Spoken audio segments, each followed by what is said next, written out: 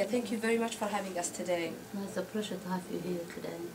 So Laila, tell us more about yourself. I mean, off the camera you told us a lot about yourself, but if you could introduce yourself, and that would be great. My name is Laila Jama.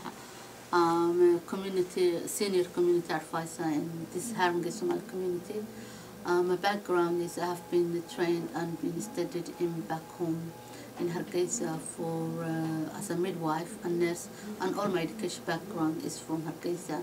So I moved here in 1990 with a large family, relative children, my children and my niece, brothers and sisters with my husband. And then when I came in UK, I tried to find out how to access the system and adjust in UK. So first 3 years will be difficult, and you know how to understand how to work and how to find out and getting income support and all those things, which I didn't get used to it. But afterwards I tried to train myself to get used to it, and I tried to work in Normal Hospital as an interpreter. After that, in 1990, I worked with another organization, Muslim women, Pakistani women, who were training the women to do sewing machines.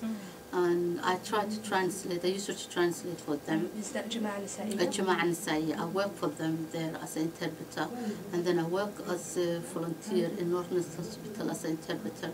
And then I tried to go back my nurse and midwifery in the hospital. But it becomes really difficult for the timing shifting and all the hard system. And at that time, I didn't have any states, home office states, which they will not allow me to work until I have got the work permit. But Alhamdulillah, I've got my indefinite leave in 1999. From 1990? From 90 to 1999. 9 years? Yeah. What the was system the main was the system was totally different as is now, because first year you will have indefinite leave leave to remain, exceptional leave to remain, and then you have to renew it again. It takes to us nearly 7 years to have. 2 years we hadn't have any states. Right. But after 7 years, you have to renew every 3 years, every 3 years. Right. So 1990, I received my indefinite leave to remain. Right. And it was when I got the job in 1998 on this job. But the main difficult thing was how to open a bank, because they hadn't had any home office states.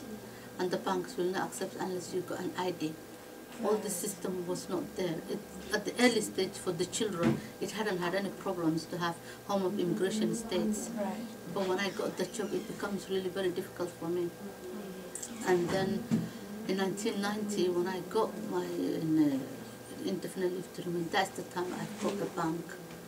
And then what happened was, I'm still working the same place still, and I really, really, really love to work in here, because I can see my community needs me, and I can see the improvement and the change.